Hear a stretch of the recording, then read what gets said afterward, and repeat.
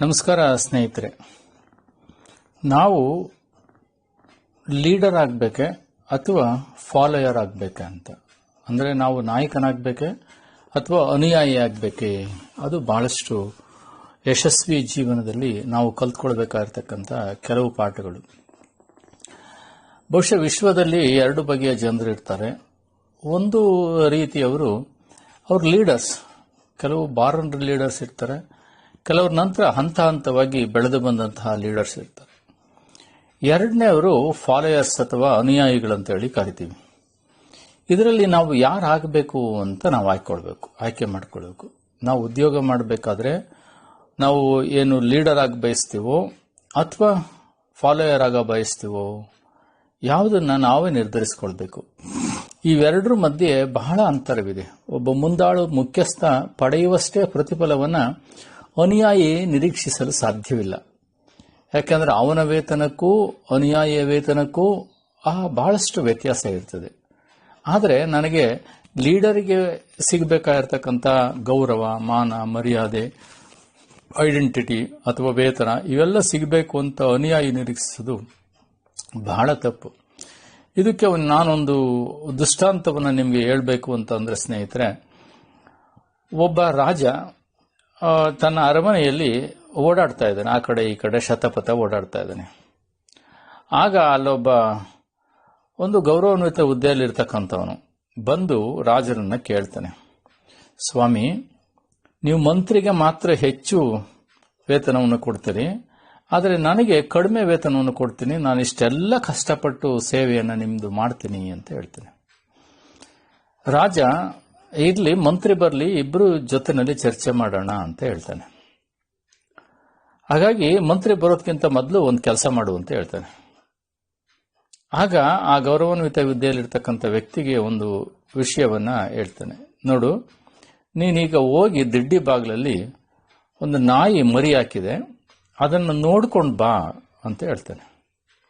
ಅವನು ಹೋಗಿ ದಿಡ್ಡಿ ಬಾಗಿಲಲ್ಲಿ ನೋಡ್ದ, ನಾಯಿ ಮರಿ ಹಾಕಿತ್ತು, ವಾಪಸ್ ಬಂದ. ಕೇಳ್ತಾನೆ, ರಾಜ, ಏನಪ್ಪ ನೀನು ಹೋಗಿ ಬಂದಿದ್ದೇನಾಯ್ತು ಅಂತ. ಆಗ ಅವನು ಹೇಳ್ತಾನೆ, ಹೌದು ಸ್ವಾಮಿ, ನಾಯಿ ಮರಿ ಹಾಕಿದೆ ಅಲ್ಲಿ ಅಂತ ಹೇಳ್ತಾನೆ. ಸರಿ, ಎಷ್ಟಿದ್ವವು? ನಾನು ಎಣಿಸ್ಲಿಲ್ಲ ಸ್ವಾಮಿ. ಮತ್ತೋ ಎಣಿಸ್ಕೊಂಬರೋಗು ಅಂತ ಹೇಳ್ತಾನೆ. ಹೋಗ್ತಾನೆ, ಸ್ವಾಮಿ 6 ಇದೆ ಸ್ವಾಮಿ ಅಂತ ಹೇಳ್ತಾನೆ. ಹೌದಾ, ಹಾಗಾದ್ರೆ ಅದರಲ್ಲಿ ಗಂಡೆಷ್ಟು ಹೆಣ್ಣೆಷ್ಟು ಅಂತ ಕೇಳ್ತಾನೆ. ಗೊತ್ತಿಲ್ಲ ಸ್ವಾಮಿ ಅಂತ ಹೇಳ್ತಾನೆ. ಮತ್ತೆ ಕಳಿಸ್ತಾನೆ. ಅವನು ಹೋಗಿ ವಾಪಸ್ ಬಂದು, ಸ್ವಾಮಿ 4 ಗಂಡಿದಾವೆ, 2 ಹೆಣ್ಣಿದೆ ಅಂತ ಹೇಳ್ತಾನೆ. ಹಾಗೇನೆ ಅದರಲ್ಲಿ ಬಣ್ಣ ಯಾವುದು ಆರದು ಅಂತ ಕೇಳ್ತಾನೆ. ಗೊತ್ತಿಲ್ಲ ಸ್ವಾಮಿ ಅಂತ ಹೇಳ್ತಾನೆ. ಹೋಗಿ ಮತ್ತೆ ನೋಡ್ಕೊಂಡ್ಬರ್ತಾನೆ. ಅದರಲ್ಲಿ 2 ಮಾತ್ರ ಕಪ್ಪು ಬಣ್ಣದಿದೆ, ಉಳಿದವೆಲ್ಲನ ಕಪ್ಪು ಬಿಳಿ 2 ಮಿಕ್ಸ್ ಇದೆ ಅಂತ ಹೇಳ್ತಾನೆ. ಸರಿ, ಇಲ್ಲಿ ಕೂತ್ಕೊ ಅಂತ ಹೇಳ್ತಾನೆ. ಆಗ ಮಂತ್ರಿ ಬರ್ತಾನೆ. ಮಂತ್ರಿ ಬಂದಾಗ ಅವನ ಮಂತ್ರಿಗೂ ಇದೇ ಸೇಮ್ ಪ್ರಶ್ನೆಯನ್ನು ಹಾಕ್ತಾನೆ. ನೀವು ಹೋಗಿ ಆ ದಿಡ್ಡಿ ಬಾಗಿಲಲ್ಲಿರೋ ನಾಯಿ ಮರಿಗಳನ್ನ ನೋಡ್ಕೊಂಬನ್ನಿ ಅಂತ. ಮಂತ್ರಿ ಹೋಗ್ತಾನೆ. ಹೋಗಿ ವಾಪಸ್ ಬಂದು ಅವನು ಹೇಳ್ತಾನೆ, ಸ್ವಾಮಿ, ದಿಡ್ಡಿ ಬಾಗಿಲಿನ ಎಡಗಡೆ ಭಾಗದ ಸುಮಾರು 4 ಮಾರು ದೂರದಲ್ಲಿ ಒಂದು ಸಣ್ಣ ಕಿಂಡಿ ಇದೆ, ಅಲ್ಲಿ ನಾಯಿ ಮರಿ ಹಾಕಿದೆ. ಅದರಲ್ಲಿ 4 ಗಂಡಿದೆ, 2 ಹೆಣ್ಣಿದೆ. ಸೊ 2 ಕಪ್ಪಿದಾವೆ, ಇನ್ನು 4 ಏನಿದೆ ಅದು ಬಿಳಿ, ಕಪ್ಪು ಮತ್ತು ಬಿಳಿ ಬಣ್ಣದ್ದು ಒಂದಿದೆ, ಮತ್ತು ಅದು ಯಾರಿಗೂ ಏನು ತೊಂದರೆ ಕೊಡ್ತಲ್ಲ, ತನ್ನ ಪಾಡಿಗೆ ತಾನಿದ್ದಾವೆ ಅಂತ ಹೇಳ್ತಾನೆ. ಆಗ ಅವರಿಬ್ಬರನ್ನು ಕರೀತಾನೆ. ನೋಡಪ್ಪ, ನಿನ್ನೆ ಎದುರಿಗೆ ನೀನು 4 ಸರಿ ಹೋಗಿ ಬಂದೆ. ನಾನು ಮಂತ್ರಿಗೆ ಒಂದು ಸೇವೆ ಹೇಳಿದ್ರೆ ಅದರ ಎಲ್ಲಾ ಪೂರ್ವಾಪರಗಳನ್ನೆಲ್ಲವನ್ನೂ ವಿಚಾರಿಸ್ಕೊಂಡು ಬಂದ. ಹಾಗಾಗಿ ನಿನಗೆ ಯಾಕೆ ಕಡಿಮೆ ಸಂಬಳ ಕೊಡ್ತೀವಿ, ಇವನು ಯಾಕೆ ಹೆಚ್ಚಿಗೆ ಸಂಬಳ ಕೊಡ್ತೀವಿ ಅಂದ್ರೆ, ಇವನು ಕ್ರಿಯೇಟಿವ್ ಇದ್ದಾನೆ, ಜೊತೆನಲ್ಲಿ ಬುದ್ಧಿವಂತ ಇದ್ದಾನೆ, ಜಾಣ ಇದ್ದಾನೆ, ವಿಭಿನ್ನವಾಗಿ ಆಲೋಚನೆ ಮಾಡತಕ್ಕಂಥ ಶಕ್ತಿ ಇದೆ, ಸರಿ ತಪ್ಪುಗಳನ್ನ ಆಲೋಚನೆ ಮಾಡತಕ್ಕಂಥ ಶಕ್ತಿ ಇದೆ, ಹಾಗೇನೆ ಭವಿಷ್ಯದ ದಿಗ್ದರ್ಶನದ ಬಗ್ಗೆ ಆಲೋಚನೆ ಮಾಡತಕ್ಕಂಥ ಶಕ್ತಿ ಇದೆ, ಅವನಿಗೆ ಛಲ ಇದೆ, ಸಾಹಸ, ಹೀಗೆ ಹಲವಾರು ಗುಣಗಳಿರೋದ್ರಿಂದ ನಾವು ಅವರಿಗೆ ಸಂಬಳನ ಜಾಸ್ತಿ ಕೊಡ್ತೀವಿ ಅಂತ. ಗೊತ್ತಾಯ್ತಲ್ಲ ಸ್ನೇಹಿತರೆ, ಯಾಕೆ ಲೀಡರ್ಗೂ ಮತ್ತು ಅನುಯಾಯಿಗಳಿಗೂ ವ್ಯತ್ಯಾಸ ಇರ್ತದೆ? ಅವರ ಬುದ್ಧಿವಂತಿಕೆಯಲ್ಲಾಗ್ಲಿ ಅವರ ಚಿಂತನೆಯಲ್ಲಾಗ್ಲಿ ವ್ಯತ್ಯಾಸ ಇರ್ತದೆ. ಆದರೆ ಅನುಯಾಯವಾಗುವುದೇನು ಅಪಮಾನ ಅಲ್ಲ. ಹಾಗೆಯೇ ಅನುಯಾಯಿಯಾಗಿಯೇ ಉಳಿಯುವುದಿದೆಯಲ್ಲ, ಅದು ಗೌರವ ಸಂಗತಿಯಲ್ಲ. ನಾವು ಬೆಳೆದು ಬೆಳೆದು ಮುಂದೆ ಬರಬೇಕೇ ಹೊರತು ಅಲ್ಲೇ ಉಳ್ಕೊಳ್ಬಾರ್ದು. ಈಗ ಜಗತ್ತಿನಲ್ಲಿ ಮಹಾನ್ ನಾಯಕರೆನಿಸ್ಕೊಂಡವರ ಚರಿತ್ರೆಯನ್ನು ನಾವು ಒಮ್ಮೆ ನೋಡಿದ್ರೆ ಅವರೆಲ್ಲರೂ ತಮ್ಮ ವೃತ್ತಿ ಜೀವನವನ್ನು ಅನುಯಾಯಿಯಾಗಿ ಆರಂಭಿಸಿದರು. ಬಿಲ್ ಗ್ರೇಡ್ ಅನುಯಾಯಿಯಾಗಿ, ನಾರಾಯಣ ಮೂರ್ತಿ, ಸುಧಾಮೂರ್ತಿ ಅಥವಾ ಅಜಿಂ ಪ್ರೇಮ್ಜಿ ಅಥವಾ ಇನ್ನೂ ಅನೇಕರು ಯಶಸ್ಸನ್ನು ಸಾಧಿಸಿದವರು. ನೆಪೋಲಿಯನ್ ಅವನೊಬ್ಬ ಸಾಮಾನ್ಯ ಸಿಪಾಯಿಯಾಗಿ ಆರಂಭಿಸಿದನು. ಹಾಗೇನೆ ಹಿಟ್ಲರ್ ಇರ್ಬೋದು, ಮುಸಲ್ಮಾನ್ ಇರ್ಬೋದು, ಲೆನಿನ್, ಜಗತ್ತಿನಲ್ಲಿ ನಾಯಕರಾದಂಥವರೆಲ್ಲರೂ ಸಹಿತವಾಗಿ ವೃತ್ತಿ ಜೀವನವನ್ನು ಅನುಯಾಯಿಗಳಾಗಿ ಆರಂಭಿಸಿದವರು. ಆದರೆ ಅವರು ಅನುಯಾಯಿಗಳಾಗಿ ಉಳಿದಿಲ್ಲ, ದೊಡ್ಡ ಮುಂಡಾಳುಗಳಾದ್ರು ಅಥವಾ ಲೀಡರ್ಸ್ ಆದ್ರು. ಅದಕ್ಕೆ ಕಾರಣ ಏನಂತ ಹೇಳಿದ್ರೆ ಅವರ ಬುದ್ಧಿಶಕ್ತಿ ಮತ್ತು ಸೂಕ್ಷ್ಮ ಬುದ್ಧಿ, ಅದನ್ನ ನಾಯಕನನ್ನ ಅರ್ಥ ಮಾಡ್ಕೊಳ್ತಕ್ಕಂಥ, ನಾಯಕನನ್ನ ವರ್ತನೆಗಳನ್ನ ತಿಳಿತಕ್ಕಂತಹ ಅಥವಾ ಮುಂದಿನ ದಿಗ್ದರ್ಶನವನ್ನು ತಿಳಿತಕ್ಕಂಥ ಕ್ರಿಯೇಟಿವ್ ಆಗಿ ವಿಭಿನ್ನವಾಗಿ ಹಲವಾರು ಶಕ್ತಿಗಳನ್ನು ಅವರು ಅಳವಡಿಸಿಕೊಂಡ್ರು. ಹಂತ ಹಂತವಾಗಿ ಮೇಲ್ ಬಂದ್ರು ಸ್ನೇಹಿತರೆ. ಹಾಗಾಗಿ ಒಬ್ಬ ಬುದ್ಧಿವಂತ ಅನುಯಾಯಿ ಅನೇಕ ಅನುಕೂಲಗಳನ್ನು ಪಡೆಯಬಲ್ಲ, ಅವಕಾಶಗಳನ್ನು ಪಡೆಯಬಲ್ಲ ಅವನು.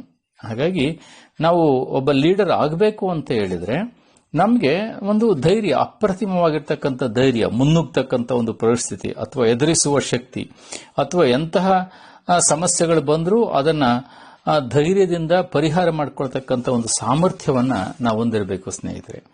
ಹಾಗೇನೆ ನಮ್ಮ ವೃತ್ತಿ, ನಾವೇನು ಯಾವ ವೃತ್ತಿಯಲ್ಲಿ ಕಾರ್ಯವನ್ನು ನಿರ್ವಹಿಸ್ತಿದ್ವಿ ಅದರ ಪೂರ್ವಾಪರಗಳೆಲ್ಲವೂ ತಿಳಿದಿರಬೇಕಾಗ್ತದೆ.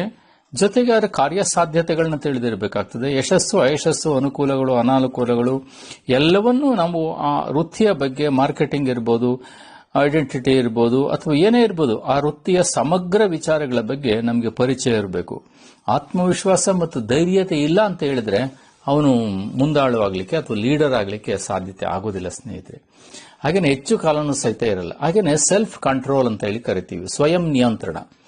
ಈಗ ನಮಗೆ ಆವೇಶಗಳು ಬರ್ತದೆ, ಹಾಗೇನೆ ಅನೇಕ ಸಂದರ್ಭಗಳು ಬರ್ತದೆ. ನಮ್ಗೆ ಆವೇಗಗಳಿರ್ಬೋದು ಅಥವಾ ಸಂಕಷ್ಟಗಳಿರ್ಬೋದು ಅಥವಾ ದ್ವಂದ್ವಗಳಿರ್ಬೋದು, ಸಂಘರ್ಷಗಳಿರ್ಬೋದು.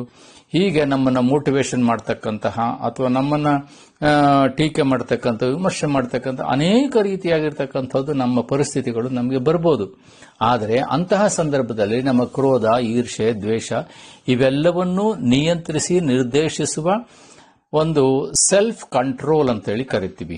ಆದ್ರಿಂದ ನಮ್ಮ ಬಗ್ಗೆ ನಮಗೆ ಇಮೋಷನಲ್ ಕಂಟ್ರೋಲ್ ಅಂತೇಳಿ ಕರಿತೀವಿ. ಇವೆಲ್ಲವೂ ನಮ್ಗೆ ಇರಬೇಕಾಗ್ತದೆ. ಎಂತಹ ಪರಿಸ್ಥಿತಿಯಲ್ಲೂ ಸಮಾಧಾನವಾಗಿ, ಬುದ್ಧಿವಂತಿಕೆಯಿಂದ, ಶಾಂತಚಿತ್ತವಾಗಿ, ಮುಖ ಪ್ರಸನ್ನವಾಗಿ ನಾವು ಕಾರ್ಯನಿರ್ವಹಿಸತಕ್ಕಂಥ ಸಾಮರ್ಥ್ಯ ಆ ಲೀಡರ್ಸ್ ಇಡಬೇಕಾಗ್ತದೆ. ಹಾಗೇನೆ ಅವನು ನ್ಯಾಯ ತೀರ್ಮಾನ, ನಾವು ಎಲ್ಲ ನ್ಯಾಯಗಳನ್ನು ಸಮರ್ಥವಾಗಿ ಆಗದೇ ಇದ್ರೂ ಸಹಿತವಾಗಿ ಆಲ್ಮೋಸ್ಟ್ ನಮ್ಮ ಮುಂದೆ ಬರ್ತಕ್ಕಂಥ ಯಾವುದೇ ಇರ್ಬೋದು ಅವುಗಳನ್ನು ನಿಷ್ಪಕ್ಷಪಾತದಿಂದ ನ್ಯಾಯ ತೀರ್ಮಾನ ಮಾಡತಕ್ಕಂತಹ ಅಥವಾ ಸತ್ಯಕ್ಕೆ ಹತ್ತಿರವಾಗಿರ್ತಕ್ಕಂಥ ತೀರ್ಮಾನಗಳನ್ನು ಮಾಡತಕ್ಕಂಥ ಮತ್ತು ನಮ್ಮ ಮುಂದೆ ಇರತಕ್ಕಂಥವರ ಸರಿ ತಪ್ಪುಗಳನ್ನು, ಇದರಲ್ಲಿ ಯಾರು ತಪ್ಪು ಮಾಡಿದ್ದಾರೆ, ಯಾರು ಸರಿ ಮಾಡಿದ್ದಾರೆ ಅನ್ನೋದನ್ನು ಅರ್ಥ ಮಾಡಿಕೊಂಡು ನಾವು ನ್ಯಾಯದ ಪರವಾಗಿ ತೀರ್ಮಾನವನ್ನು ಕೊಡಬೇಕಾಗ್ತದೆ ಸ್ನೇಹಿತರೆ.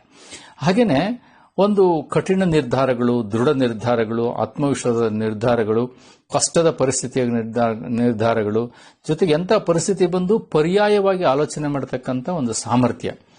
ಹಾಗೇನೆ ಒಂದ್ಸರಿ ನಾವು ನಿರ್ಧಾರ ತೆಗೆದುಕೊಂಡ್ರೆ ಅದನ್ನ ಪದೇ ಪದೇ ಬದಲಾಯಿಸಬಾರ್ದು. ಹಾಗೇನಾಗುತ್ತೆ, ಅನುಯಾಯಿಗಳಿಗೆ ಅಥವಾ ಫಾಲೋಯರ್ಸ್ಗೆ ಅವರು ಸಂಘರ್ಷ, ದ್ವಂದ್ವದಲ್ಲಿ ಸಿಕ್ಕಾಕೊಂಡ್ಬಿಡ್ತಾರೆ. ಹಾಗಾಗಿ ನಾವು ಲೀಡರ್ ಆಗಲಿಕ್ಕೆ ಸಾಧ್ಯತೆ ಇಲ್ಲ. ನಿರ್ಧಾರವನ್ನು ತೆಗೆದುಕೊಂಡಾಗ ಅದಕ್ಕೆ ನಾವು ಬದ್ಧರಾಗಿರಬೇಕು, ರೆಸ್ಪಾನ್ಸಿಬಿಲಿಟಿ ಇರಬೇಕು, ಕಮಿಟ್ಮೆಂಟ್ ಇರಬೇಕು.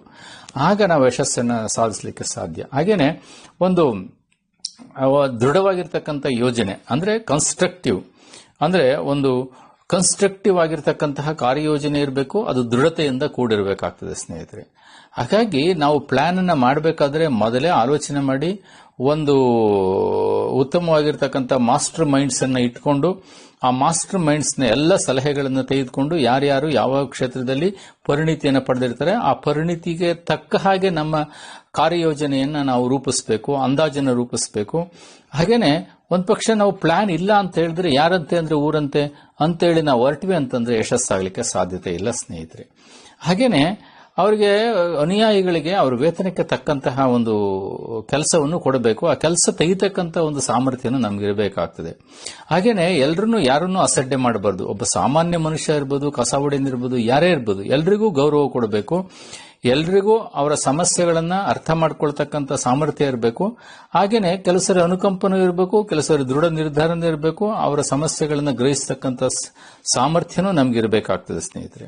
ಹಾಗೇನೆ ನಾವು ಯಾವ ಜವಾಬ್ದಾರಿಯನ್ನು ಒತ್ತಿರ್ತೀವಿ ಆ ಒಂದು ಕೆಲಸದ ಬಗ್ಗೆ, ಕಾರ್ಯಯೋಜನೆ ಬಗ್ಗೆ, ಆ ಪ್ಲಾನ್ ಬಗ್ಗೆ ಸಂಪೂರ್ಣವಾಗಿರ್ತಕ್ಕಂಥ ಜ್ಞಾನ ನಮ್ಗಿರಬೇಕಾಗ್ತದೆ. ಅಂಡ್ ರೆಸ್ಪಾನ್ಸಿಬಿಲಿಟಿ, ನಮ್ಗೊಂದು ಹೊಣೆಗಾರಿಕೆ ಇರಬೇಕಾಗ್ತದೆ. ಆ ಹೊಣೆಗಾರಿಕೆ ಇಲ್ಲ ಅಂತ ಯಾವುದೇ ಇರ್ಬೋದು, ಅದು ಯಶಸ್ವಿ ಆಗಲಿ ತಪ್ಪಾಗ್ಲಿ, ಅಥವಾ ನನ್ನ ಒಬ್ಬ ಲೀಡರ್ಶಿಪ್ ಅಲ್ಲಿ ಯಾರೇ ತಪ್ಪು ಮಾಡಿದ್ರು ಅದನ್ನ ನಾನ್ ರೆಸ್ಪಾನ್ಸಿಬಿಲಿಟಿಯನ್ನು ತೆಗೆದುಕೊಳ್ಬೇಕು. ಅಥವಾ ಯಾರಿಗೆ ಅನಾರೋಗ್ಯ ಆಗಲಿ, ಏನೇ ಆಗಲಿ, ಸಮಸ್ಯೆ ಬರಲಿ, ಫ್ಯಾಮಿಲಿ ಸಮಸ್ಯೆ ಬರಲಿ, ಸಂಘರ್ಷ ಬರಲಿ, ಸಾರ್ವಜನಿಕರಿಂದ ಬರಲಿ, ಅಥವಾ ತನಗೆ ಏನಾದರೂ ತೊಂದರೆ ಆಗಲಿ, ಏನೇ ಆಗಲಿ, ತನ್ನ ಅನುಯಾಯಿಗಳಿಗೆ ತೊಂದರೆ ಆದಾಗ ತನಗೇ ತೊಂದರೆ ಆಯಿತು ಅಂತ ತಿಳ್ಕೊಂಡು ಅವರ ಸಮಸ್ಯೆಗಳನ್ನು ಪರಿಹರಿಸತಕ್ಕಂಥ ಒಂದು ರೆಸ್ಪಾನ್ಸಿಬಿಲಿಟಿ, ಅಂದ್ರೆ ಅದಕ್ಕೆ ನಾವು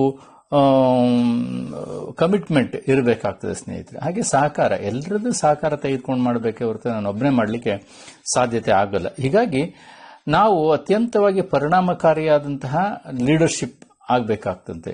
ಹಾಗೇನೆ ಸಹಾನುಭೂತಿಯಿಂದ ಕೂಡಿರ್ತಕ್ಕಂಥ ಲೀಡರ್ಶಿಪ್ ಅಲ್ಲ, ಅಯ್ಯೋ ಪಾಪ ಬಿಡಿ ಅಂತಕ್ಕಂಥ ಒಂದು ಮುಂದಾಳತ್ವ ನಮಗೆ ಬೇಕಾಗಿರೋದಿಲ್ಲ. ಆದರೆ ಸಮರ್ಥ ರೀತಿಯಿಂದ ಒಪ್ಪಿಗೆಯಿಂದ, ಜನರ ಒಪ್ಪಿಗೆಯಿಂದ ನೀಡಬೇಕು. ಹಾಗೇನೆ ಅದು ಬಲಪ್ರಯೋಗದಿಂದ ಲೀಡರ್ಶಿಪ್ ಅನ್ನು ಕೆಲವರು ಪಡ್ಕೊಳ್ತಾರೆ.